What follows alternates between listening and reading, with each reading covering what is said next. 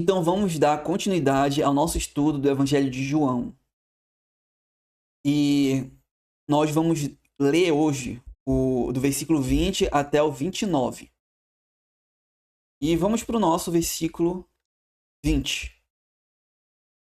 Bom, eu já desejo, antes de começar, que Deus ele venha abençoar o entendimento de vocês, venha abrir o entendimento, venha quebrantar o coração de todos vocês que estão ouvindo nesse exato momento, para que a palavra de Deus ela venha ser vivificada dentro de cada um de nós, tanto de mim quanto de vocês, para que ela venha produzir frutos abundantes, para que esse momento venha gerar um momento de paz, de comunhão com o Espírito Santo, de fortalecimento espiritual, de avivamento, tá? Então vamos começar aqui, dar continuidade. Então, começando pelo versículo 20. E ele confessou, e não negou, mas confessou: eu não sou o Cristo. Quem foi que disse essa frase, eu não sou o Cristo? Foi João Batista. Então, quando ele fala assim, ele confessou, uma referência a João Batista. Ou seja, João Batista confessou. Ele não negou. O que ele confessou? Ele confessou a todos nós que ele não era o Cristo. E eles perguntaram. Quem perguntaram? Os judeus, no caso, se eu não me engano, os fariseus, perguntaram para Jesus: então, quem és? És tu Elias? Então perguntaram para João Batista: João Batista, és tu Elias? Ele que há de vir? E ele disse: não, eu não sou. E aí perguntaram de novo para ele: és tu um profeta? E aí ele respondeu: também não. Então eles disseram-lhe: quem és tu? Para que possamos dar resposta àqueles que nos enviaram.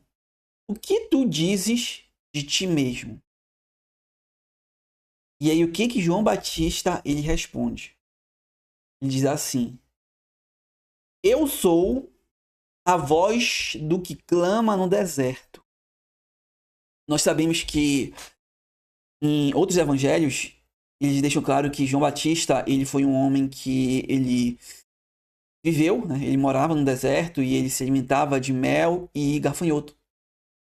Era a alimentação dele. Então ele era um homem, na verdade, muito espiritual. Eu enxergo que João Batista ele era o tipo de pessoa que ele estava constantemente em jejum. Eu acredito que ele não se alimentava à toa dessa forma. Existem muitos motivos pelo qual ele podia estar no deserto. Muito. Buscar se santificar. Talvez a iniquidade estivesse muito grande em Israel. Mas eu acredito muito que essa alimentação gerou um jejum, uma comunhão. Graças a esse jejum, uma comunhão muito forte com Deus. Queira ou não, se alimentar de mel silvestre e de mel e gafanhoto é um jejum. Não deixa de ser jejum. Ou seja, ele não deu para a carne dele o que ela desejava. E vamos continuar. Voz do clama do deserto: endireitai o caminho do Senhor. Então, na verdade, o João Batista ele seria aquela pessoa que iria endireitar o caminho do Senhor, no caso, as veredas do Senhor, para que, ou seja, como se os caminhos estivessem assim, ó, todo torto. E aí havia um nosso rei, o Messias, Jesus Cristo, então era necessário que os caminhos ficassem retos, aplanados, para que ele viesse e pregasse abertamente e com facilidade o evangelho, a palavra de Deus. Então João Batista foi essa pessoa, foi esse escolhido para aplanar os caminhos para a vinda de Jesus Cristo, para quando ele viesse e conseguisse falar, levar as boas novas. Para vocês terem noção, um nível de quanto estava depravado naquela época. Como disse o profeta Isaías. Ou seja, isso aqui, ó, eu sou a voz do que clama no deserto, endireitei o caminho do Senhor. Isso aqui nada mais é do que um trecho do Antigo Testamento, né? Que ele citou, João Batista citou, esse trecho que ele está no livro de Isaías. Então vamos continuar, versículo 24. Os que foram enviados eram dos fariseus, tá? Judeus fariseus. E eles perguntaram-lhes, dizendo: por que então tu batizas se não é o Cristo? Por que tu batizas João Batista se tu não é o Cristo? Nem Elias, nem o profeta. E eles perguntaram-lhe, dizendo... é o versículo 26.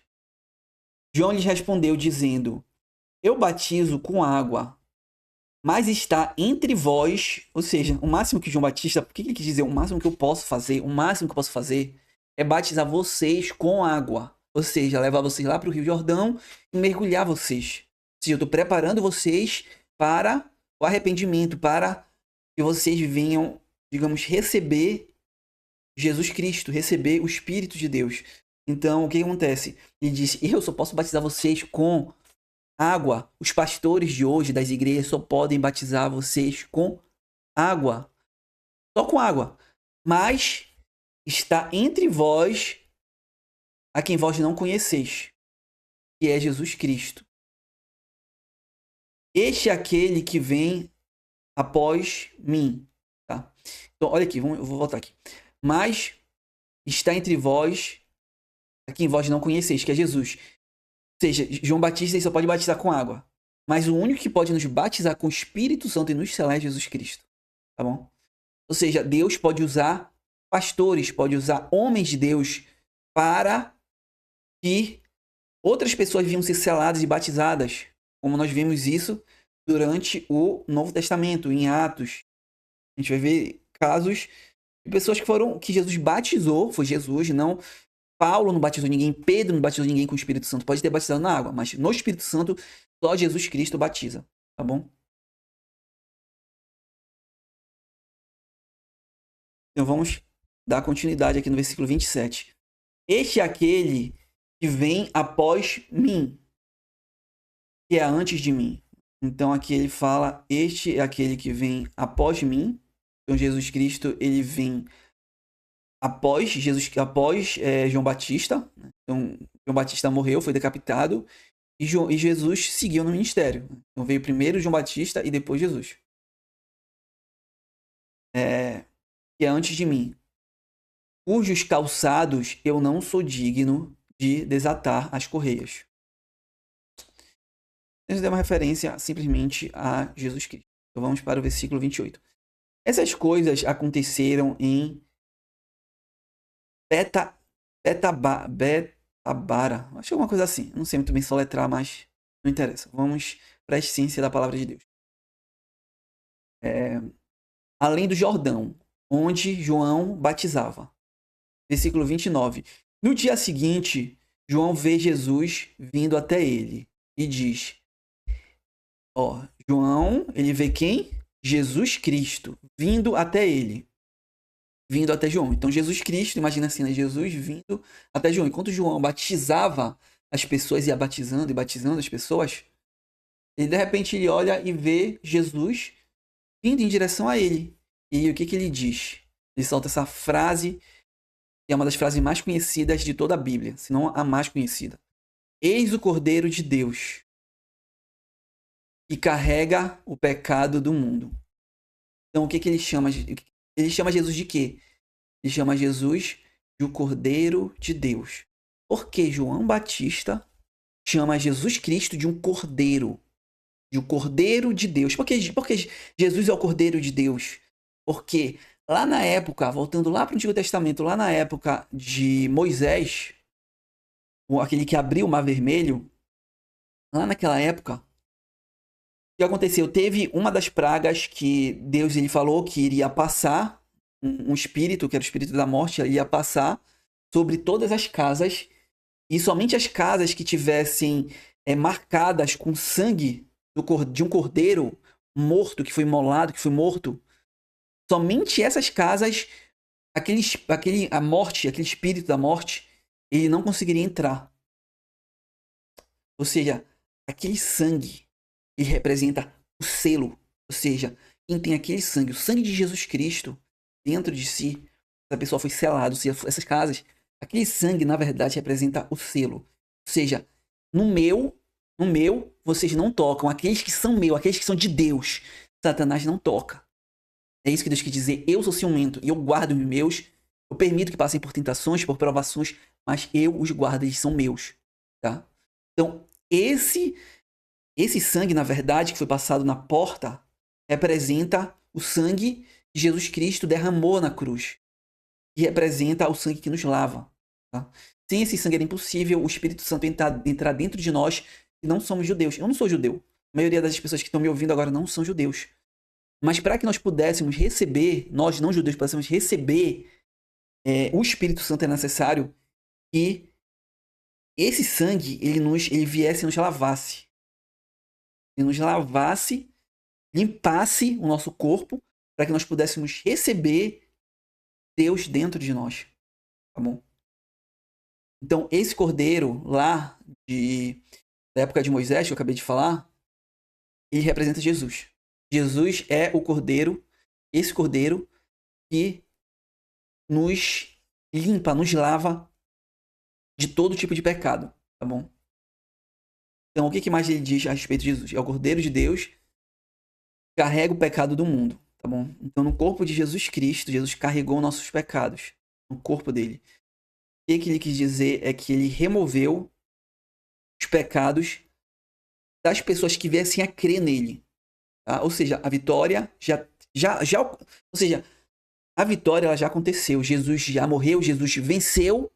Quando ele morreu, ele venceu a guerra, tá? Ele venceu a guerra contra o pecado, contra a guerra da sua própria carne, da sua própria vontade. Ele diz que não seja feita a minha vontade, mas a vontade de Deus. E ele vence quando ele morre. Só muda que quando ele ressuscita, a vitória é maior ainda. Porque ele ressuscita e ele vai para Deus. E o que acontece? Jesus Cristo, todas as pessoas que crerem nele, que crerem nesse Cristo ressuscitado, essas pessoas, elas fazem, digamos, elas passam a fazer parte do povo de Deus, do povo de Cristo, e elas se tornam um cordeirinho. Cordeiro. Ou seja, passa a fazer parte do rebanho de Jesus. Daqui é um local, digamos, aqui tem várias ovelhas aqui, ó. Uma ovelha, um cordeirinho, né? E o que acontece? Quando você crê em Jesus Cristo, você entra nesse mesmo aprisco aqui. Você que fosse um curral. Bom, você passa a estar dentro desse aprisco. Você passa a ser mais uma ovelhinha dentro desse local onde o bom pastor, que é Jesus Cristo, vai lá, guarda as ovelhas, cuida delas, lava elas, limpa elas, dá para elas de comer, de beber, para que elas fiquem fortes e saudáveis. Ou seja, ninguém cuida melhor do seu rebanho que o próprio Jesus Cristo. Tá? Então vamos finalizar com uma oração. Senhor Deus, eu peço que o Senhor abençoe, vivifique, ilumine, Senhor, cada uma dessas pessoas que estão nesse momento escutando. Eu peço que o Senhor converta, Senhor, converta todos os nossos corações, meu, quanto de todas as pessoas que estão ouvindo, converta a Cristo, Senhor. Nos ajude, Senhor, nos lave com o sangue do Teu Filho Jesus Cristo, nos cele, Senhor, para que nós venhamos fazer parte do povo de Deus, para que nós venhamos estar dentro do Teu aprisco, dentro daquele curralzinho, Senhor, onde estão as ovelhas, para que nós venhamos receber os cuidados do Senhor, os cuidados que vêm do próprio Jesus. Que o Senhor venha nos cuidar, nos guardar, nos regar, Senhor, nos dar de beber água viva, água limpa. Venha nos dar alimento saudável, Senhor, que é o alimento espiritual, para que nós venhamos estar fortes, para vencer todas as guerras e todas as batalhas, Senhor. E é isso que o Senhor quer nos dar, porque o Senhor, o Teu Espírito, Senhor, é o Espírito da vitória. É o Espírito que vence todas as batalhas e todas as guerras. Todas. Ele veio para vencer. Vai vencer até o último momento. Esse é o Espírito de Deus. Me diz uma batalha em uma guerra que Jesus perdeu. Nenhuma. Ele venceu todas. Todas as batalhas, todas as guerras. Todas. Até a morte de cruz. Aquilo foi foi a maior vitória de Jesus Cristo. A morte de cruz não foi fraqueza. Foi a maior vitória que Jesus teve. Porque naquele dia ele foi obediente a Deus. Ou seja, ele foi forte, não fraco. Seria fraco se ele tivesse recuado, se ele tivesse voltado atrás. Tivesse falado, não, Senhor, eu não vou para a cruz. Porque eu gostei muito, né, da glória desse mundo. Aí sim ele teria fracassado, mas ele é um vencedor. E é esse espírito, Senhor, que eu peço que o Senhor traga para dentro das nossas vidas, para nossas mentes, para os nossos corações, que a nossa mente venha se unir à mente de Cristo, Senhor. Que nós venhamos ter dentro de nós esse espírito, Senhor, esse espírito de Cristo, esse espírito de vencedor, Senhor, que vence as batalhas, que vence Satanás e todo o inferno, Senhor. Em nome de Jesus Cristo, Senhor, que esse espírito venha nos vivificar e venha habitar dentro de nós 24 horas por dia, Senhor. Nos cele e nos vivifique. Que nós necessitamos do Senhor. E o Senhor é aquele que nos socorre em dias difíceis, Senhor. Em nome de Jesus Cristo, amém, Senhor. Entrego todas essas vidas nas palmas das tuas mãos, Senhor. Aquele que é perfeito, bondoso, amoroso e santo. Amém.